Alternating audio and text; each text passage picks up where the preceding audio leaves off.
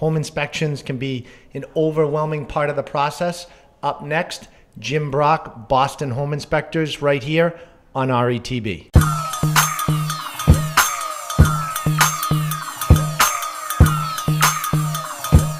Joined right now by Jim Brock, Boston Home Inspectors, bostonhomeinspectors.com. Check it out.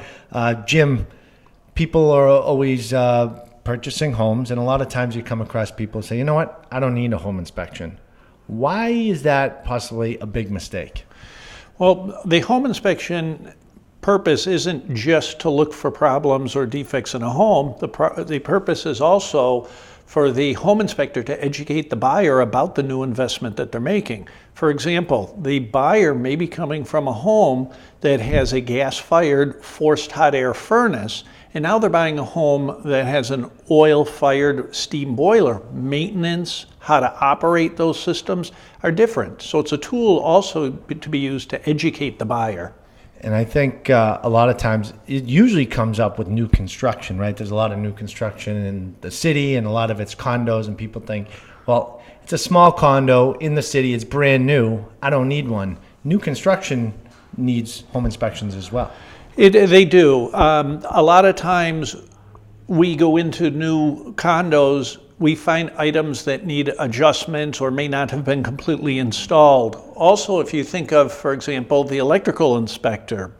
The electrical inspector in a town doesn't have the time to go through and test every single outlet and check every single light fixture. That's a job that's left to the home inspector.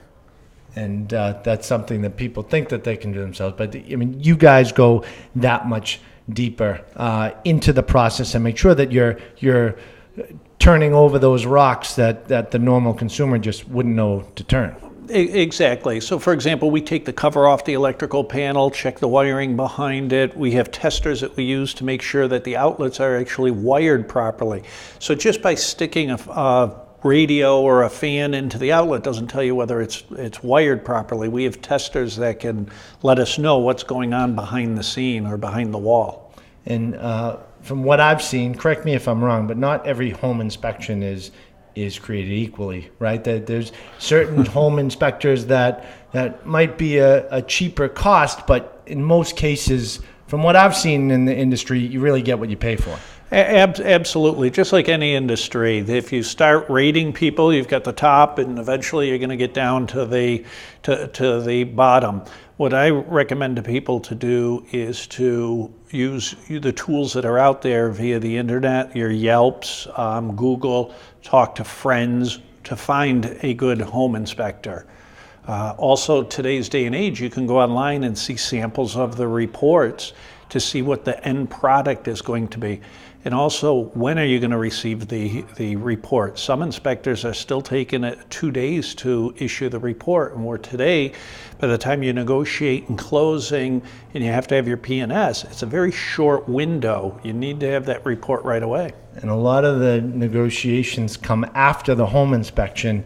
But you guys have to be careful, because I know from being in the industry for 20 years, your job is not to negotiate by any means.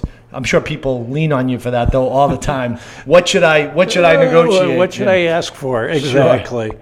Exactly. In Massachusetts, home inspectors are prohibited from telling the buyer what to negotiate or not to negotiate, because there may have been some deal put together, or maybe a property is being sold as is that we're unaware of. So they don't want us coming in and influencing the deal. Our job is just to give the buyer a snapshot, let them know what they're buying, to educate them about the property that they're buying, so they have more of an understanding when they're going through the process.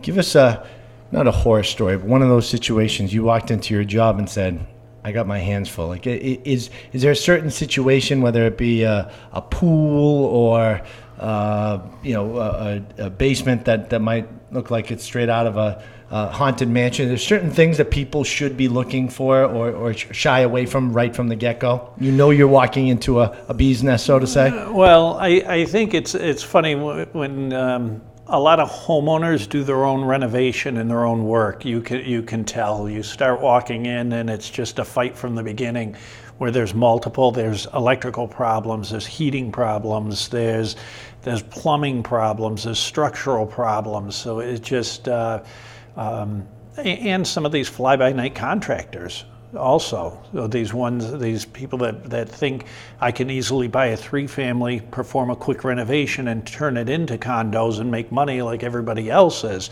and they you run into some interesting things. No matter if it's the home inspector, the agent, the attorney, the lender, the realtor, whatever it is, you got to use a professional. In real estate, you just really can't cut corners. That's a perfect example, because if you do, in a case like that, it's going to come back and bite you in the butt. Oh, exactly.